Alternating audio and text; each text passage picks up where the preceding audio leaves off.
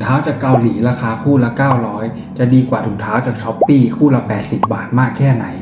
วันนี้เรามีถุงเท้า3คู่3ประเทศ3แบรนด์ในช่วง3ราคาเรามาดูกันว่าคู่ไหนเหมาะกับคุณที่สุดก็ถ้าเพื่อนๆคนไหนที่ชอบออกกำลังกายไม่ว่าจะเป็นฟุตบอลบาสเกตบอลวิ่งระยะสั้นวิ่งระยะไกลผมว่าถุงเท้ากันลื่นน่าจะเป็นอะไรที่เพื่อนๆเคยผ่านหูผ่านตากันมาบ้างโดยทั่วไปถุงเท้ากันลื่นมันก็จะเป็นถุงเท้าที่มียางซิลิโคนอยู่ที่ฝ่าเท้าของถุงเท้านะครับแตกต่างกันไปแต่ละเทคโนโลยีของยี่ห้อบางยี่ห้อก็จะมีแค่ด้านนอกบางยี่ห้อก็จะมีทั้งด้านนอกด้านในด้วยซึ่งตัวยางกันลื่นที่ฝ่าเท้าของถุงเท้าเนี่ยมันก็จะช่วยในเรื่อง performance ของการออกกำลังกายไม่ว่าจะเป็นการเปลี่ยนทิศทางด้วยความเร็วการวิ่งทำให้ข้อเท้าเราสเตเบิลมากขึ้นลดอาการบาดเจ็บได้รวมไปถึงลดการลื่นไหลระหว่างฝ่าเท้าเรากับรองเท้าภายในทำให้การออกกำลังกายหรือแข่งกีฬาเรามี performance ที่ดีขึ้นไม่เป็นการเสียเวลามาเริ่มที่คู่แรกกันเลยถุงเท้าจาก Shopee ในราคา80 บาทที่ผมได้มาเรามาเริ่มดูที่ลายกันนะครับก็จะมีเขียนยี่ห้อของแบรนด์อยู่น่าจะชื่อว่า H3 นะครับยี่ห้อนี้ดูเหมือนจะเป็นยี่ห้อของประเทศไทยนะครับโดยความยาวของเขาก็จะเป็นแบบ mid calf นะครับก็คือขึ้นไปถึงประมาณครึ่งหน้าแข้งนะครับมาดูที่ยางซิลิโคนกันนะครับตัวซิลิโคนของเขาเนี่ยค่อนข้างจะเด่นชัดเลยจะนูนๆหนาๆอย่างนี้นะครับแล้วก็แผ่ไปทั่วบริเวณฝ่าเท้าของถุงเท้านะครับโดยที่แต่ละข้างของเขาก็จะมีบอกนะครับว่าข้างไหนใส่ข้างซ้ายข้างไหนใส่ข้างขวาก็ที่สำคัญของถุงเท้าคู่นี้นะครับจะมาในรูปแบบฟรีไซส์นะครับก็คือจะไม่ได้มีไซส์สำหรับเท้าเล็กหรือว่าเท้าใหญ่นะครับโดยวัสดุเนื้อผ้านะครับก็จะเป็นลักษณะถุงเท้าที่เราพบได้ทั่วไปนะครับตัวยางซิลิโคนค่อนข้างจะหนาแล้วก็แน่นนะครับมาเริ่มที่การเปรียบเทียบข้อที่1นะครับก็คือการยึดเกาะของตัวถุงเท้าที่มียางซิลิโคนที่ฝ่าเท้านี่แหละครับโดยตัวนี้นะครับเท่าที่ผมลองใช้มานะครับมันจะให้ความยึดเกาะที่ค่อนข้างแน่นแนบไปกับพื้นรองเท้าหลังจากการใช้งานเนี่ยตัวซิลิโคนก็ไม่ได้มีการหลุดลอกอะไรถือว่าอยู่ในเกณฑ์ที่ดีนะครับโดยตัวซิลิโคนมันค่อนข้างจะหนึบประมาณนึงนะครับเวลาใส่ถุงเท้าอาจจะมีความลำบากนิดนึงโดยส่วนตัวที่ผมใช้เตะฟุตบอลนะครับมันก็จะรู้สึกยึดเกาะค่อนข้างแน่นกับรองเท้าจนบางครั้งอาจจะรู้สึกแน่นไปนิดนึงตัวนี้ผมขอให้คะแนนการยึดเกาะไปที่2จาก3คะแนนนะครับเนื่องจากการยึดเกาะของเขาเนี่ยแน่นจริงครับแต่อาจจะขาดความนุ่มนวลไปหน่อยเมื่อเทียบกับแบรนด์อื่นๆที่ผมจะพูดต่อไปส่วนตัวเนื้อผ้านะครับจะเห็นว่าถุงเท้าเนี่ยจะเหมือนลักษณะถุงเท้าปกติที่เราเคยเห็นทั่วไปถุงเท้านักเรียนในวัยเด็กอะไรอย่างเงี้ยนะครับแต่ถ้าพูดถึงความกระชับก็ไม่เลวเลยนะครับโดยเฉพาะตรงนี้ยังไม่มีการยืดหรือหย่อนย้วยอะไรของถุงเท้าบริเวณข้อเท้าเลยนะครับโดยเขาก็จะมีการแบ่งรูปแบบผ้าอยู่ประมาณหนึ่งตรงข้อเท้าจนมาถึงตรงด้านบนของเท้าจะมีเป็นลักษณะเป็นขีดๆแนวนอนนะครับส่วนตรงตะตุ่มของเราเขาก็มีความเป็นตารางอย่างนี้อยู่แล้วก็แบ่งไปตรงส่วนของปลายเท้าจากขีดมันก็จะมาเป็นถุงเท้าลักษณะปกติที่เราเห็นทั่วไปพูดง่ายๆเหมือนเขาพยายามกระชับตรงข้อเท้าของเราและฝ่าเท้าด้านบนแล้วก็มีให้ความรู้สึกลักษณะพิเศษที่ตรงตะตุ่มนะครับแต่ก็ต้องบอกว่าตอนใส่จริงเนี่ยอาจจะไม่ได้รู้สึกถึงความแตกต่างของแต่ละดีเทลที่เขาทำแยกมาเท่าไหร่เดี๋ยวผมจะเทียบกับคู่ต่อไปให้ชัดเจนมากขึ้นนะครับแต่เบื้องต้นผมขอให้คุณภาพเนื้อผ้าความนุ่มนวลในการใส่ฟีลลิ่งในการใส่รวมไปถึงทั้งเท็กเจอร์ต่างๆที่เกณฑ์ทั่วไปก่อนนะครับ 1.5 คะแนนจาก3ครับมาที่เกณฑ์ข้อต่อไปของการเปรียบเทียบนะครับนั่นคือความทนทานครับตัวนี้ถือว่าทำออกมาได้ยอดเยี่ยมเลยนะครับเพราะผมใส่มาค่อนข้างจะหลายครั้งหลายเดือนมากโดยที่ซิลิโคนของเขาเนี่ยไม่ได้มีการหลุดลอกอะไรไปเลยเนื้อผ้าไม่มีขาดอาจจะมีขุยๆเล็กน้อยอันนี้เป็นปกตินะครับตัวนี้เนี่ยผมขอหักคะแนนด้านความที่มันมีลุ่ยอยู่เมื่อเทียบกับตัวอื่นๆเอาไป 2.5 คะแนนด้านความทนทานครับแต่ว่าก็ถือว่ามันเป็นมาตรฐานที่ดีของความทนทานของถุงเท้าสักคู่นะครับเพราะตัวนี้ผมจะเห็นเพื่อนๆของผมเนี่ยใส่หลายคนนะครับบางคนนี่ใส่จนจากขาวเป็นดำเลยนะครับแต่ก็ยังใส่ได้ไม่มีปัญหาอะไรโดยถุงเท้าคู่นี้เนี่ยผมได้มาจาก Shopee ในราคา80 บาทนะครับถ้าเพื่อนๆเป็นคนที่ชอบไปเตะบอลที่สนามบอลนะครับก็อาจจะเห็นคู่นี้ขายทั่วไปในหลายๆสนามราคาจะอยู่ที่ประมาณ130 บาทเท่าที่ผมเจอมานะครับถ้าให้แนะนำสำหรับคนที่ชอบวิ่งนะครับคู่นี้อาจจะไม่ได้เหมาะสำหรับคนที่ต้องการถุงเท้าหนาๆนุ่มๆขนาดนั้นนะครับจะอยู่ในเกณฑ์ปานกลางก็ไม่ได้บางเกินไปแนะนำว่าเหมาะสำหรับคนที่วิ่งทั่วไปอาจจะระยะสั้นออกกำลังกายในชีวิตประจำวันทั่วไปนะครับด้านการระบายอากาศก็ไม่ได้ดีไม่ได้แย่อะไรเป็นพิเศษนะครับต่อไปแบรนด์ทาบิโอะถุงเท้าสัญชาติญี่ปุ่นก่อตั้งในปี 1968 โดยแบรนด์นี้เขาทำแต่ถุงเท้าอย่างเดียวจริงๆเลยนะครับเด่นในด้านคราฟต์แมนชิพความพิถีพิถันวัสดุคุณภาพสูงสไตล์ญี่ปุ่น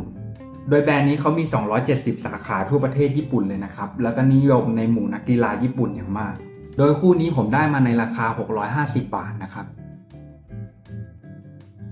มาดูที่รูปลักษณ์ที่สะดุดตาก่อนนะครับนั่นก็คือนิ้วเท้า5นิ้วนะครับโดยถ้าใครเห็นเนี่ยก็จะรู้เลยว่าแบบนี้เป็นรองเท้านักกีฬาญี่ปุ่นชอบใส่มากๆตัวของทาบิโอเขาจะมีทั้งไซส์แล้วก็ข้างซ้ายข้างขวาที่จำเพาะเจาะจงของแต่ละข้างนะครับด้วยความที่นิ้วเท้ามันมี5นิ้วจำเพาะเจาะจงนะครับของยี่ห้อทาบิโอเนี่ยครับไซส์เขาจะปักมาอย่างนี้ถ้าเพื่อนดูดีๆอันนี้จะไซส์ M นะครับมาดูที่กริปกันนะครับจะมีที่บริเวณนิ้วเท้าและด้านหน้าแล้วก็บริเวณส้นเท้านะครับบริเวณตรงกลางจะไม่ได้มียางกริปนะครับด้านความยาวนะครับมันจะสั้นกว่าตัวเมื่อกี้นิดนึงนะครับก็คือจะต่ำกว่าตรงครึ่งแข้งสูงขึ้นมานิดนึงกว่าข้อเท้านะครับเปรียบเทียบความยาวคู่เมื่อกี้ก็จะอยู่ในระดับครึ่งแข้งคล้ายๆกันนะครับตัวนี้อาจจะสั้นกว่านิดนึงโดยที่ถ้าเพื่อนๆดูที่เนื้อผ้าเนี่ยผมใช้มาหลายครั้งแล้วนะครับแต่ความยุ่ยอะไรเนี่ยน้อยมากถ้าเพื่อนๆได้จับเนี่ยเพื่อนๆจะรู้เลยว่าเนื้อผ้ามันดีมาก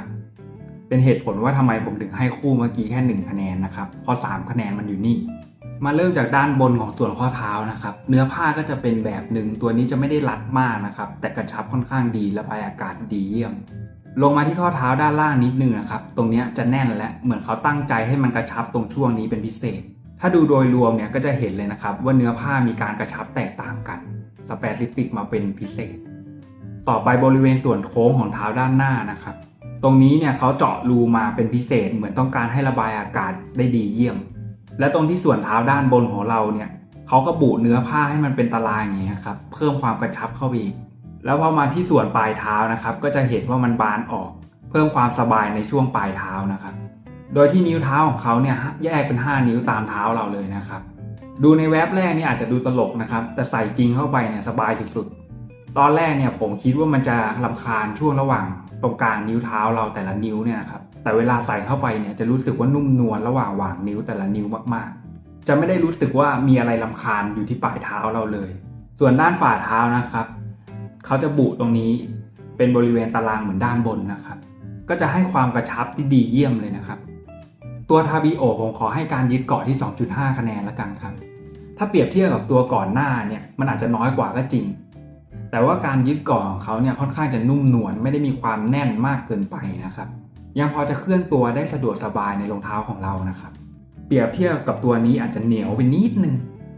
การยึดเกาะถือว่านุ่มนวลถึงแม้ว่ามันจะมีความหลุดของซิลิโคนไปบ้างนะครับแต่ก็ยังยึดเกาะได้ดีหลังจากใช้งานมาแล้วหลายครั้งนะครับตัวส่วนของเนื้อผ้านะครับมีการแบ่งสัดส่วนกระชับระบายอากาศดีไม่ต้องพูดเยอะครับ3คะแนนด้านความทนทานนะครับจะเห็นได้นะครับว่าดีกว่าตัวนี้ในด้านของการลุ่ยของเนื้อผ้านะครับตัวนี้ผมใช้มาหลายครั้งมากไม่มีความลุ่ยอะไรเลย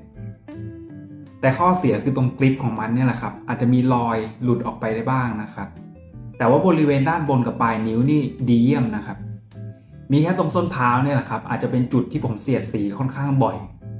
มันก็เลยมีการหลุดลอกไปบ้างเรื่องความทนทานของตัวผ้าผมให้ไปที่3คะแนนนะครับส่วนบริเวณกริปที่ฝ่าเท้าผมคงให้ได้ที่2คะแนนรวมกันความทนทานผมขอให้ที่ 2.5 แล้วกันครับตัวโน้ผ้านี่ค่อนข้างดีขาดตรงกริปซ็อกอาจจะมีหลุดลอกง่ายไปหน่อยตัวนี้เขาไม่ได้ฟรีไซส์นะครับมีไซส์ให้เลือกเพื่อนๆสามารถเลือกให้เข้ากับเท้าของเพื่อนได้เลยนอกจากนี้เขายังมีแบบให้เลือกถ้าเพื่อนๆไม่ชอบถุงเท้าที่มีนิ้วแบบนี้ก็สามารถเลือกแบบไม่มีนิ้วได้รวมไปถึงความยาวของถุงเท้าเขาก็มีให้เลือกแบบข้อสั้นกว่านี้ก็มีนะครับโดยส่วนตัวผมชอบตัวนี้มากๆนะครับอาจจะมีข้อเสียอย่างหนึ่งที่ตรงนี้มันจะลอกง่ายนิดนึงตรงต้นเท้าสำหรับคนที่ชอบวิ่งนะครับตัวนี้ก็เหมาะมากๆเป็นตัวที่ใส่แล้วกระชับระบายอากาศได้ดีผมแนะนำตัวนี้เลยนะครับแต่แน่นอนถ้าคนที่ชอบหนานุ่มตัวนี้มันก็จะไม่ได้มีความหนานุ่มขนาดนั้นนะครับแต่มันจะค่อนข้างมีการระบายอากาศที่ดีของเนื้อผ้านะครับต่อไปคือถุงเท้า V Foot นะครับตัวนี้มาจากเกาหลีนะครับประวัติของยี่ห้ออาจจะไม่ได้เก่าแก่เหมือนตัวทาบิโอนะครับตอนแรกที่ได้มาเนี่ยเขาจะใส่มาในถุงแบบนี้นะครับแต่ถุงมันจะไม่ได้ขุ่นแบบนี้นะครับอันนี้ผมเอาไปใส่ของมาสักพักแล้วตรงนี้นะครับยี่ห้อของเขา V Foot Air Grip Sport Sock นะครับความยาวอยู่ที่มิดนะครับถุงก็จะเป็นตัวซิปล็อกแล้วก็จะมียี่ห้อโลโก้อยู่ตรงนี้นะครับแน่นอนว่าถุงเท้าคู่นี้ก็มีไซส์ให้เพื่อนเลือกเพื่อนๆสามารถเลือกให้เข้ากับขนาดเท้าของเพื่อนๆได้เลย โดยส่วนตัวผมจะใส่ไซส์ M นะครับเพื่อนๆสามารถดูไซส์ที่ข้อเท้าด้านในของถุงเท้าได้โดยความน่าสนใจของถุงเท้ายี่ห้อนี้คือเขาไม่ได้เริ่มจากการทำถุงเท้ามาก่อนนะครับแต่เขาเริ่มมาจากการทำโฟมโพลียูริเทนนะครับซึ่งใช้ในอุตสาหกรรมจอ LED ของมือถือสมาร์ทโฟนนะครับซึ่งเขาต่อยอดมาทำถุงเท้ากิบซ็อกในภายหลังโดยได้อินสปิเรชันเรียนแบบโครงสร้างเซลล์ปุ่มดูดของปลาหมึกที่จะทำให้ช่วยระบายอากาศแม้ในสภาวะที่ถุงเท้าเรามีเหงื่อนะครับโดยคู่นี้ผมสั่งซื้อออนไลน์มาจากเว็บของเขาโดยตรงในราคา900 บาทนะครับเรื่องรูปลักษณ์ของถุงเท้านะครับมาเริ่มกันที่นิ้วโป้งของเท้านะครับข้างซ้ายข้างขวาก็จะแตกต่างกันนะครับโดยที่เขาก็จะมียางเริ่มมาตั้งแต่บริเวณนิ้วโป้งมาที่ฝ่าเท้ามีการกระชับตรงกลางแล้วก็มาที่ส้นเท้าด้วยตัวนี้ผมเลือกถุงเท้ามาเป็นข้อสั้นนิดนึงนะครับตัวข้อมันก็จะค่อนข้างกระชับได้ดีนะครับด้านในจะมีไซส์ของเราบอกอยู่ส่วนเท็กเจอร์ตรงนี้จะเป็นตะปุ่มนะครับเวลาผมใส่ผมค่อนข้างชอบฟีลลิ่งบริเวณข้อเท้านะครับพอมาที่บริเวณส่วนงอของข้อเท้าก็จะมีผ้าเป็นลักษณะตารางอย่างนี้นะครับแล้วถัดลงมาด้านบนของเท้าก็จะมีเป็นขีดๆอย่างนี้ให้กระชับนะครับส่วนปลายมันก็จะเป็นนุ่มๆเหมือนถุงเท้าทั่วไปที่เราเคยเห็นนะครับตรงนี้จะบอกนะครับว่าอันไหนข้างขวาอันไหนข้างซ้ายนะครับมาพูดถึงการยึดเกาะนะครับด้วยความที่ทางแบรนด์เนี่ยเชี่ยวชาญในด้านการทำยางตรงนี้อยู่แล้วแน่นอนว่าการยึดเกาะค่อนข้างดีเลยนะครับ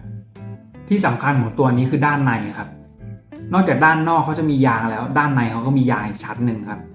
เป็นสาเหตุว่าทำไมการยึดเกาะมันค่อนข้างดีมากเลยครับเริ่มไปตั้งแต่บริเวณนิ้วเท้าของเราฝ่าเท้าตรงกลางไปจนถึงส้นเท้าเหมือนกับด้านนอกเปียบเลยครับแต่ตำแหน่งของเขาเนี่ยเขาจะตั้งใจให้มันสับหว่างกันระหว่างด้านในด้านนอกถ้าเพื่อนสังเกตดีๆเทียบกับคู่อื่นก่อนหน้านี้เนี่ยด้านในเขาจะไม่ได้มียางหนึบแบบนี้นะครับอย่างด้านในของทาบิโอก็จะเป็นเนื้อผ้าปกติไม่ได้มีตัวยึดเกาะอะไรเสริมพูดมาขนาดนี้แล้ว3คะแนนของการยึดเกาะเอาไปเลยครับแน่นอนว่ามันยึดเกาะได้ดีแล้วก็นุ่มนวลด้วยโดยแบรนด์นี้เนี่ยเขามีเนื้อผ้าให้เลือกหลายแบบนะครับแบบบางก็มีแบบหนานุ่มก็มีอันนี้น่าจะเป็นแบบกลางๆที่ผมเลือกมาช่วงนั้นเหมือนเขาเพิ่งออกตัวนี้มาใหม่ชื่อว่า Air Grip ผมก็เลือกมาเป็นแบบนี้นะครับซึ่งถ้าเปรียบเทียบกับทาบิโอเนี่ยตัวนี้มันจะหนากว่านิดนึงตัวเนื้อผ้าเนี่ยมันอาจจะไม่ได้มีการสเปซิฟิกให้กระชับรูปเท้าของเราจำเพาะเจาะจงเหมือนของทาบิโอนะครับอาจจะมีเนื้อผ้าเท็กเจอร์ที่แตกต่างกันไปถ้าเทียบกับทาบิโอเนื้อผ้าตัวนี้ผมให้ที่2 จาก 3 คะแนนครับเรื่องของความทนทานนะครับการเป็นขุยความลุ่ยไม่มีนะครับรวมไปถึงตัวยึดเกาะนะครับทั้งด้านในด้านนอกไม่มีหลุดเลยสักอันถือว่าดีมากๆเอาไปที่3 คะแนนเลยครับโดยผมว่าข้อดีของคู่นี้เนี่ยน่าจะเหมาะกับคนที่ชอบวิ่งในสภาพอากาศที่ค่อนข้างหนาวนิดนึงหรืออยากได้ความหนานุ่มของถุงเท้ายี่ห้อนี้เขามีให้เลือกหลายแบบตัวนี้ก็จะนุ่มกว่าหน่อยเมื่อเทียบกับคู่อื่นที่ผมมีนะครับเพื่อนๆก็ลองไปเลือกเนื้อผ้าดูได้รวมไปถึงความสั้นยาวของถุงเท้าด้วยนะครับแบรนด์นี้เขามีให้เลือกหลายแบบเลยครับ V-Foot จากเกาหลีสุดท้ายเดี๋ยวผมขอมาสรุปนะครับว่าแต่ละคู่มันเหมาะกับใครบ้างนะครับในส่วนของ V-Foot นะครับตัวนี้มันก็จะหนานุ่มหน่อยเหมาะกับคนที่ชอบวิ่งในที่อากาศหนาวนิดนึงหรือชอบความหนานุ่มของถุงเท้าขณะที่ตัวเองวิ่งนะครับแต่ความกระชับและความสเปซิฟิกของเนื้อผ้าในแต่ละส่วนอาจจะไม่ได้โดดเด่นเท่าฟอลกาหรือว่าทาบิโอนะครับซึ่งทั้งความยาวของถุงเท้าและก็เนื้อผ้ามีให้เลือกแตกต่างกันไปเหมาะกับเพื่อนๆหลายคนแล้วแต่ความต้องการนะครับราคาก็อาจจะค่อนข้างสูงนิดนึงอยู่ที่900 บาทต่อคู่นะครับส่วนทาบิโอนะครับคุณภาพกับราคาผมว่าค่อนข้างสมเหตุสมผลกันเลยครับส่วนตัวนี้จาก Shopee เทียบกับราคาเนี่ยไม่แย่เลยนะครับผมว่ามีติดรถไว้สักคู่เผื่อลืมถุงเท้าไปที่สนามเนี่ยไม่ได้เสียหายอะไรเลยสำหรับคนที่ชอบวิ่งระยะสั้นต้องการความบางความกระชับระบายอากาศหรือการเปลี่ยนทิศทางนะครับรวมไปถึงคนที่ชอบเตะฟุตบอลแบบผมนะครับผมว่าทาบิโอเนี่ยเป็นตัวที่ผมอยากจะแนะนำให้เพื่อนๆได้ลองนะครับส่วนใครที่ต้องการความหนานุ่มหน่อยนะครับวิ่งในสภาพอากาศหนาวนะครับวิ่งในระยะทางยาวหรือมาราธอนตัวนี้ก็อาจจะเหมาะนะครับ V-Foot Grip Sock ครับซึ่งจริงๆในแต่ละแบรนด์เนี่ยมันมีความหนาความสั้นความยาวของถุงเท้าแตกต่างกันไปหมดนะครับเพื่อนๆสามารถไปเลือกดูกันได้เลยนะครับถ้าถามความรู้สึกผมว่าชอบคู่ไหนมากที่สุดนะครับอันดับ1เลยนะครับผมคงให้ทาบิโอครับจากที่ได้ใช้งานมาเนื่องจากประเทศเราเป็นประเทศที่ร้อนนิดนึงเตะบอลในช่วงเย็นก็ยังอบอ้าวอยู่การที่มันมีระบายอากาศในทุกๆส่วนแบบนี้เนี่ยครับผมว่ามันเป็นอะไรที่ดีมากแล้วก็นิ้วเท้าที่เป็นเอกลักษณ์ของเขาเนี่ยใส่แล้วมันป้องกันช่วงบริเวณปลายเท้าได้ดีมากรวมไปถึงการยึดเกาะเนี่ยก็ทำได้ไม่เลวเลยครับแม้จะมีรอยยางหลุดที่ส้นเท้าบ้างก็ตามรองลงมาก็จะเป็นตัว V-Foot นะครับ เนื่องจากเนื้อผ้าเนี่ยผมว่าตัวทาบิโอยังทำออกมาได้ละเอียดและสเปซิฟิกมากกว่าแต่ก็ต้องบอกว่าการยึดเกาะเนี่ยโดดเด่นมากๆเพราะเขาให้ยางยึดเกาะมาทั้งด้านในและก็ด้านนอกนะครับก็ขอให้ตัวนี้เป็นอันดับที่2ในใจของผมนะครับอีกอย่างตัวนี้ที่ผมเลือกมาเนี่ยผ้ามันไม่ได้บางเท่ากับตัวทาบิโอก็อาจจะไม่เหมาะกับสภาพอากาศในไทยเท่าไหร่แต่แบรนด์ของเขาก็มีแบบบางอยู่ถ้าเพื่อนๆสนใจก็ลองไปดูกันได้เลยนะครับส่วนคู่นี้เนี่ยเทียบกับราคา80 บาทของมันเนี่ยแล้วก็ความทนทานการใช้งานไม่เลวเลยนะครับพกติดรถได้ไม่ต้องคิดอะไรมากครับก็ต้องให้คู่นี้เป็นอันดับ3นะครับก็เท่าที่พูดมาราคามันอาจจะไม่ได้ตรงกับที่ผมบอกเป๊ะๆนะครับขึ้นอยู่กับช่วงที่เพื่อนซื้อราคาโปรโมชั่นในอินเทอร์เน็ตหรือว่าถ้าฝากคนอื่นไปซื้อราคาก็จะแตกต่างกันไปแต่ละประเทศนะครับผมก็ขอส่งท้ายคลิปนะครับถ้าใครชอบคลิปดีๆเปรียบเทียบของละเอียดแบบนี้นะครับฝากติดตามคลิปอื่นๆในช่องด้วยนะครับอย่าลืมกดไลค์กดแชร์คอมเมนต์สิ่งที่อยากให้ทำศิลปะสวยๆด้านหลังก็สามารถไปดูตามลิงก์ข้างล่างได้เลยนะครับแล้วถ้าใครสนใจสินค้าเหล่านี้ในคลิปของผมนะครับสามารถกดลิงก์ข้างใต้ได้เลยนะครับวันนี้ไปก่อนนะครับบ๊ายบาย